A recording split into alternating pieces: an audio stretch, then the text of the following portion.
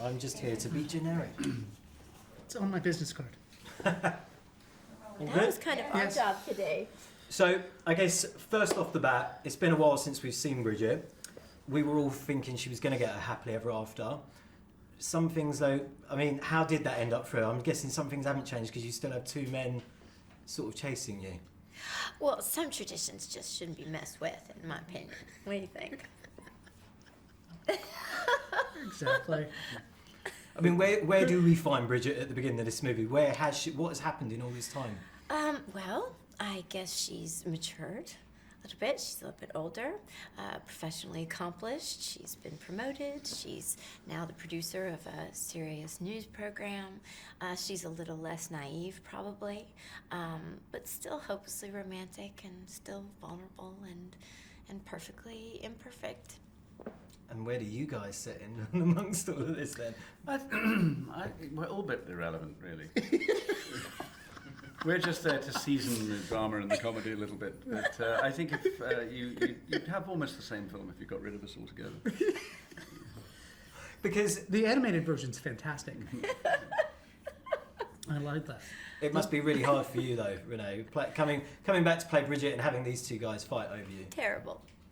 I mean, what is it like coming back to play in this role? Obviously, she is a character that movie-going audiences love. I mean, like I say, it has been quite a while since we've seen her, but what is it like coming back to play that role?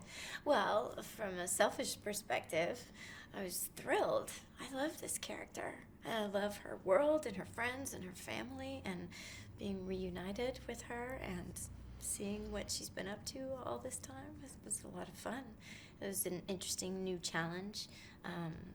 Professionally, to try to kind of figure out how a person's evolution manifests, and more importantly, how she hasn't changed, probably.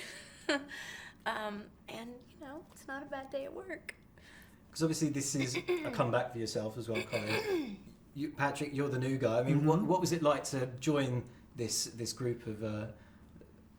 Well, it was a great opportunity. I was excited about it and nervous at the same time, because you're coming into something that's clearly established, and will you make an impact and add value to it? And, all of that. It was fun, and they were so welcoming at the very beginning, and I enjoyed it. It was a rediscovery in many ways of the process and taking the time, and I really enjoyed watching them work. So it was easy to just show up, listen, and then react to what they were doing. I'm really glad you said yes. Yeah, It was fun. It was nice to be invited. Thank you. Because it wouldn't be Bridget without Mr. Darcy. It just doesn't work, does it? I don't know. I think it would actually. I mean, I think it would. You know what? I think it would work absolutely fine. And Helen Fielding's third book is basically Bridget without Mr. Darcy, and it works great. And no, I think he's an essential part of her history, and I think the fact that he's turned up unsolicited again. I mean, she still has feelings for him, and that's part of the problem. But the fact is that he's representing something that just won't really go away, I guess. So she'd manage without it, any or either or all of it.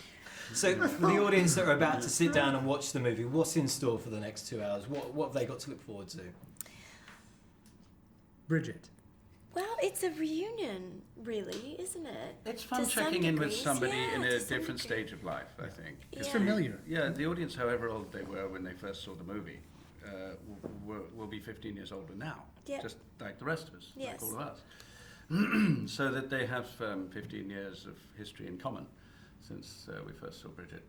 I think that's interesting. It means we have nostalgia on its side. It also means we have whatever, hopes, regrets, things that kind of, whatever happens to people in 15 years. And their happen- experiences are relatable. Yeah. So it happens collectively, and I think that adds a lot of resonance and comedy. And it's fun. And just lastly now, what is it about this character then that you think, I mean, obviously you guys are in the movie, like you said yourself, Renée, you're a fan. What is it you think, though, about her that the audience at home love? What is it about this character that makes her so relatable? She's an authentic person. And I think people connect with her humanity, her vulnerability. She's imperfect. She triumphs anyway. It's inspiring. I think we cheer for her.